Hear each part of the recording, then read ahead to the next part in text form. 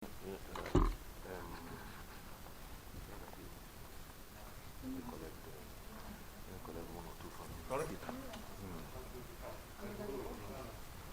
my guy should give me one. Hello, morning. Don't mind him. And he was trying to be close. Once again, I want to welcome you to this very important meeting. And let me be maybe more specific. The National Assembly, as we know, is the whole house of the representation of the Nigerian people. And as parliamentarians, one of those things we do, amongst others, is representation. When somebody's hut or house or fence collapses, the first person he remembers is his member. He'll say, my house has collapsed, my roof has been blown off. When somebody's daughter or son or wife or husband is sick, normally we are also there. And when there is any challenge in the remotest part of our communities, they will always find our structures convenient to relay such challenges to us. So we are, as members of the National Assembly, in daily contact and touch with the people that we represent, even in the remotest part of our federal constituencies and senatorial districts. Among other things that we do in your ministry that we are so interested, of course, the current service we are trying to render to Nigerians, the most vulnerable, because of the impact of COVID-19. Some things have just happened recently. Yesterday, I learned that the federal government, and I imagine through your ministry, will be giving out the seized rice by the customs, 150 trucks.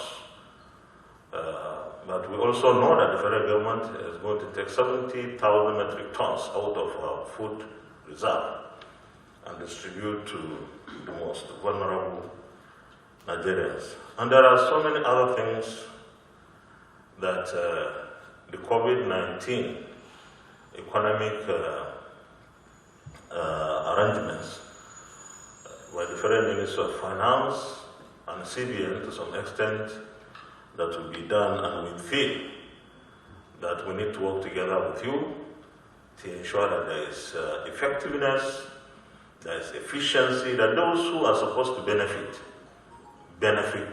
directly. Sometimes we also run into some of the projects, especially the SIP projects that your ministry recently has been given the task of handling. For some years, the National Assembly feels that we need to work together with the executive arm of government to ensure that the most vulnerable people benefit from the Empower and so many other projects we have under the SIP. When, for example, some conditions are set, that those who will benefit will have to go online through the internet or BVN and the rest of it. And I want to tell you that the majority of those who are supposed to benefit have no access to power, they have no access to internet, they have no bank accounts, so no BVN. In fact, some of them, many of them don't even have phones. And these are the poorest of the poor. And yet, some of the conditions or guidelines we set inadvertently eliminate them or leave them out.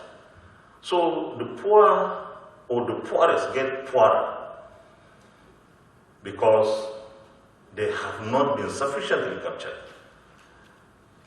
We believe that when we work together with you, the executive side of government, and the National Assembly as representatives of the people, we will be able to reach much more of these people who are in dire need, in serious distress, even before coronavirus. Now with coronavirus, they need our attention more than ever before. I also believe that time has come that we review the way and manner we used to deliver the services, almost all of them, under the SIP to Nigerians. Today is a different and desperate situation.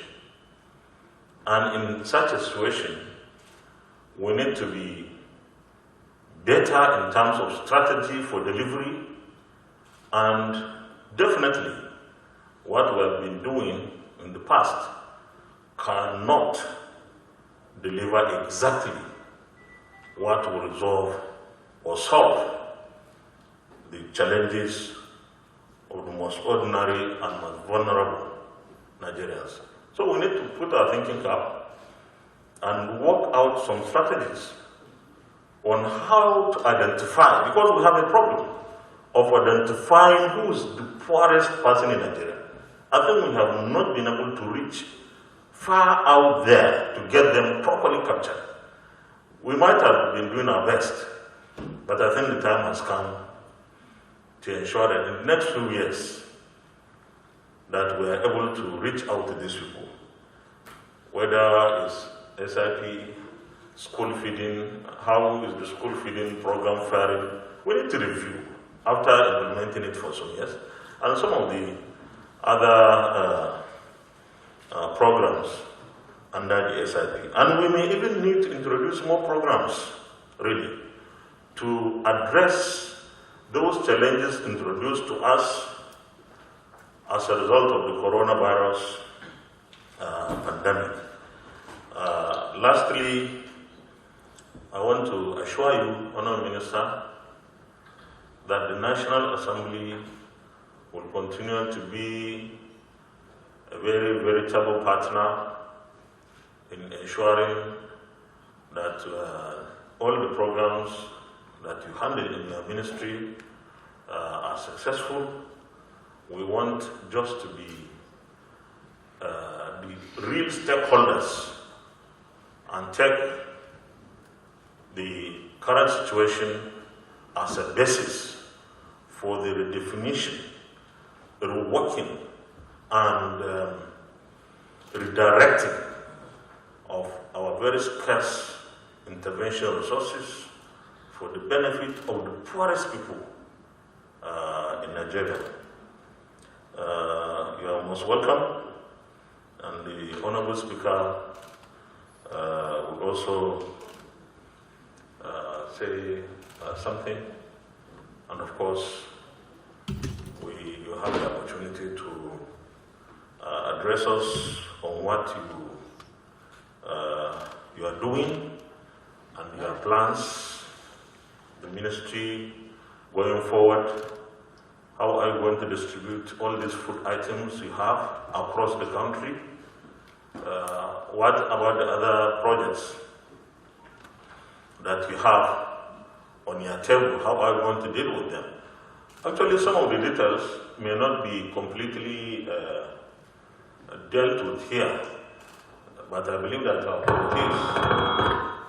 committees that supervise your ministry, in the Senate we have the Senate Committee on Poverty Alleviation, led by Senator Gumo, and in the House, I think Honorable Salani is the chairman.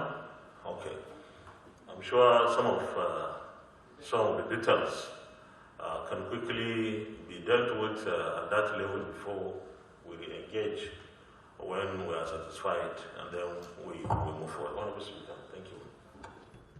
I'm not sure who you are here with. I wish you had introduced them before now. I ask simply because you're going to be needing a lot of support in this meeting. I don't want you to be isolated, because it's going to be a frank discussion between your good selves and this side of the aisle. And I want you to take it as that, as frank discussion. One arm of government to the other, for an outcome that will be in the best interest of the Nigerians that we represent. Because take it or leave it, Honorable Minister, you're in the eye of the storm right now. All eyes are on you. Your job right now, fortuitously, your job right now is probably the most important in Nigeria as we speak. Because you're saddled with the responsibility of alleviating, quote-unquote, poverty or the hardship that has, due to no fault of anyone, been thrust upon Nigerians. And I know that you came into a system, you met a system, because we're going to be asking questions, very tough questions. You met a system, so that has nothing to do with you. But what I will be asking you, imploring you, what will be imploring you, is for you to change that system. When you walk into a system that is not 100%, no system is 100%. It becomes incumbent upon you to reform that system. The word reform is something we use all the time. And this is the one time when that word, reform, must be used in the truest sense of the word. The questions are going to be asked. How do you come about your list? How comprehensive is your distribution list? What are the parameters? What is the geographical spread? Again, how did you arrive at the list? So these are tough questions that are going to be asked. But I want you to look at them as frank questions that we need to ask. If we really want to define the real meaning of representation, if that was being practiced, the way it should be practiced, the real meaning of representation, we shouldn't be here. We really shouldn't be here. Because all the questions we want to ask, we should already have the answers. We should be providing those answers to the Nigerian people that we represent. But if they asked me, ask the Speaker of the House, and I'm sure if they ask the Senate President, ask any of my colleagues here, we're going to be struggling for answers. Yes, truly, I was asked the question even last night. How come this? What is the geographical spread? How did they come about this? If we were really represented, we would not need to be having this meeting with you, because we would already have the answers. We have in the House, we have the Committee on Disaster Management and the Committee of Poverty Alleviation. They have complained bitterly, even before your time. And I believe perhaps the Deputy Chairman, Disaster Management in the House, he may be here.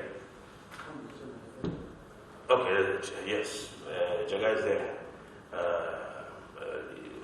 He complained, and we're going to be open and frank. He complained about inability to reach your ministry, talk to you, find out what's going on. We're supposed to complement each other. We're supposed to work together. And I cannot stress that enough, even though the SP has already stated it in very clear terms. That's your go-to man. For this purpose, that's your go-to man. Him and his chairman and his committee. They're going to make your work a lot easier. And you need to hold on to them. And ditto in the Senate.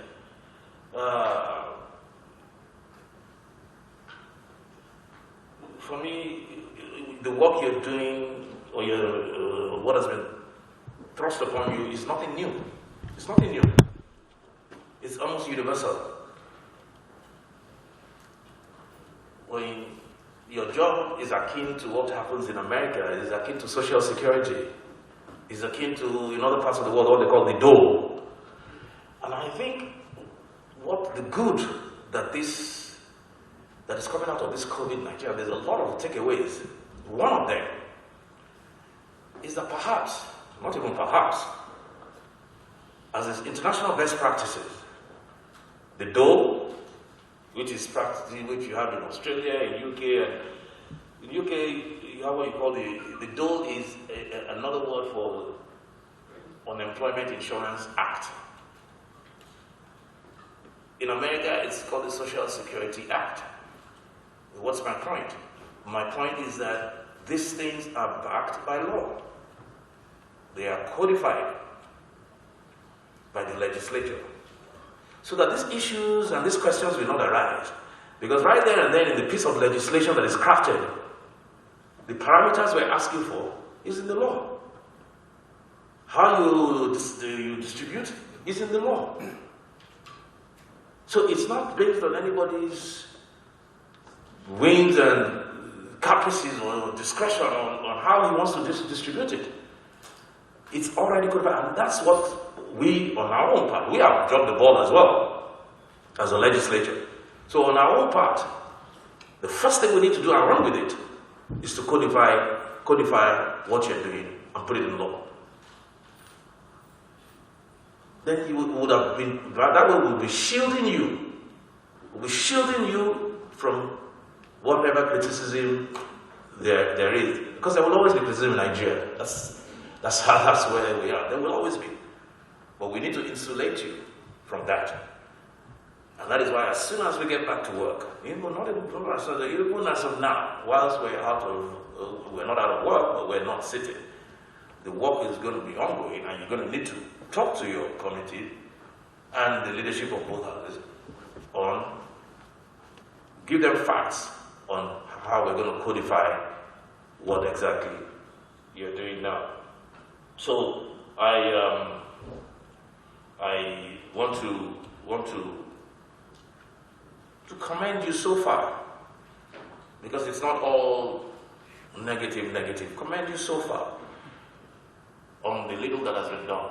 At least some people have been reached. We now need to broaden that reach, expand the scope, talk to those who know them, their representatives, those who know them. Believe me, and I say this, with the greatest respect. There is no governor, which perhaps is how I hear the channel that you're going in terms of distribution. There is no governor in Nigeria today that knows my constituency better than me. There is no governor in any state that knows the Deputy Speaker's constituency more than he does, and who is who in that constituency. And ditto the rest of our members, leadership and floor members. None. I make bold to say.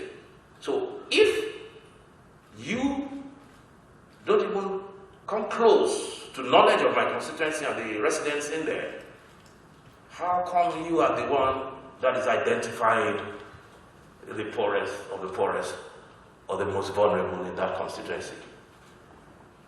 So, like I said, we will codify and come out with adequate legislation that will meet, the necessary standards, international best practices. Like I said, we have the Unemployment Insurance Act in the UK, which is the DOLE. We have the Social Security Act in America and in many other places. So you're very welcome to this meeting, and I hope at the end of the day we'll reach outcomes that will be in the best interest of Nigeria. Thank you. I'm very pleased to be here with you this morning, and I must appreciate your efforts for inviting us to come and discuss on the very critical issues that affect our people in this country, especially the most vulnerable in our society. Your Excellencies, as you may be aware, this ministry was created in August 2019 by His Excellency President Muhammad Buhari to provide coordination and supervision to all the other programs and agencies of government that now fall within the purview of this ministry. The main mandate of this ministry is to provide effective coordination of all humanitarian interventions, both nationally and internationally, to ensure strategic disaster mitigation, preparedness and response, as well as to implement and formulate policies geared towards equity-focused social development and protection and inclusion systems in our country. Your Excellency, as you are aware, these national social investment programs are now moved to the Ministry for Sustainability and Institutionalization. And I might say that I'm very pleased to hear the Honorable Speaker saying that we're going to work together to see that we give a legal backing to these programs, because that is the only way to go, and that is the only way we'll have an effective and efficient system in place. Your Excellencies, you know these programs under the National Social Investment Programs. There are 4 programs there. We have the Empower program. We have the National Homegrown School Feeding program. We have the Conditional Cash Transfer program. And we have the Government Empowerment and Enterprise program known as GEEP, which has 3 components of trader money, market money, and farmer money. These programs have been in existence since 2016. Now, when we came on board, we have to take time to really study these programs and understand them very well so that we can effectively improve on what is there. This is what we've been doing. I was faced with challenges, and we're still facing some of these challenges.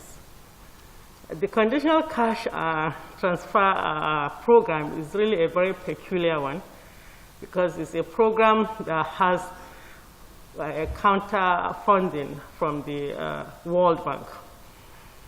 And in that, in the agreement under this program, there are some conditions and criteria that have to be met before we're able to carry out that program.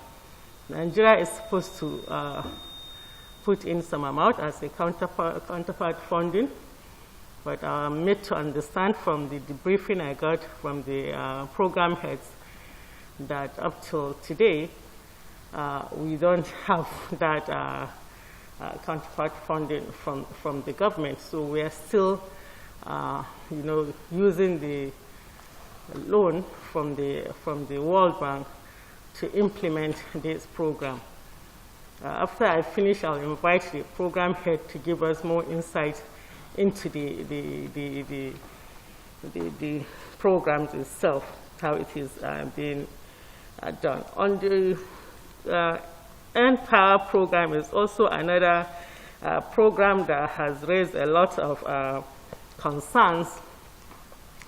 It's a program that was done via online. People register, and then if they meet the criteria, they are enrolled, especially for the graduates. This particular set of people, we had 200,000 batch 1 of 200,000 initially, after which we enrolled also 300,000 beneficiaries, making 500,000. These beneficiaries The first batch should have exited since 2018, but they are still in the program. The second batch is slated to exit in 2020 by August. And this is what we are working on to see how we exit them with a plan that they can fall back on. I've been meeting with the Minister of Finance as well as the Central Bank Governor to see how we can have a very effective exit plan for these people so that we don't just exit them and then they don't have anything to do. We'll fall back to and then we'll go back to square one again. I have before you and the plans that we have for this program, Your Excellency. The other program is the market money, farmer money, and the trader money, which Mr. President directed that we should give 3 months moratorium of payment to this particular group of beneficiaries. Then I think these are the 4 programs. Okay, the homegrown school feeding program, I must confess that is also another program that I'm still battling to really understand, honestly, because there are too many intrigues and too many issues there that we're still trying to really unravel. So this is where Your Excellencies are. Following Mr. President's broadcast, where he directed the ministry to provide some palliatives to our vulnerable citizens in the country, we're directed to give these palliatives, especially in the area of food relief, to the 3 affected states, or 2 states and the FCT, that are affected by the lockdown. And this aspect is being handled by NEMA. I expected NEMA to be here today.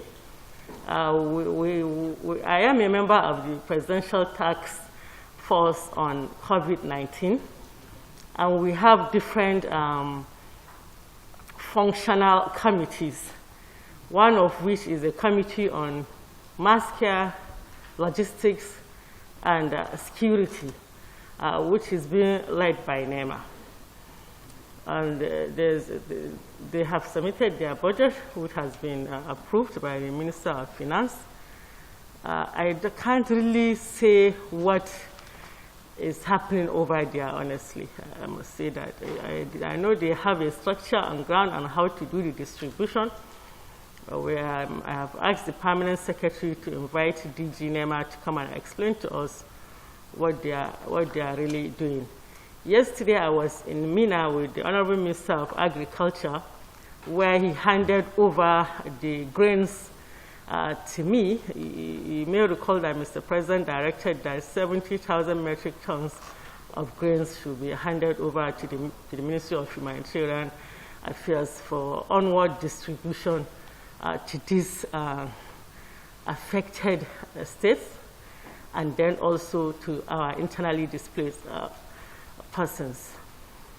We have flagged up that program, and I hope that by today the trucks will be deployed by NEMA to these affected locations. We have these grains reserves in Mina, Dusemma, Gusau, Elisha, and Lafia, I think. So we are getting all the different crops from these locations to be deployed to Lagos, Ogun, and the FCT. For the other palliative is on the homegrown school feeding program. Mr. President directed that we should work with the governors. We should interact with the governors on the best way to really carry out this intervention, considering the fact that our school pupils are at home now, schools are closed down, so we must have a very effective way of seeing that we're able to reach to these children even while they are at home. We already have a program, a plan on ground that we are going to execute. I've had a web conference with the governors, and we have agreed on the modality that we're going to use to provide this palliative or this intervention to the school children. For the conditional cash transfer, it's also an existing program, as I mentioned. You may recall Mr. President also directed that we should give 2 months advance payment to these poor and vulnerable households. And that was what I also flagged up in Kwali. We paid, there is 5,000 naira per month for the poor and most vulnerable households in the country. These names we have them already in the register. It's not any new program that we're doing or new enrollment. We have the list in the National Social Register, which also the program head is here. He's going to give us more insight into that. And so now we have January, February, 10,000. We normally give them one payment of 2 months to, cut on the logistics. So we give them 10,000 after every 2 months.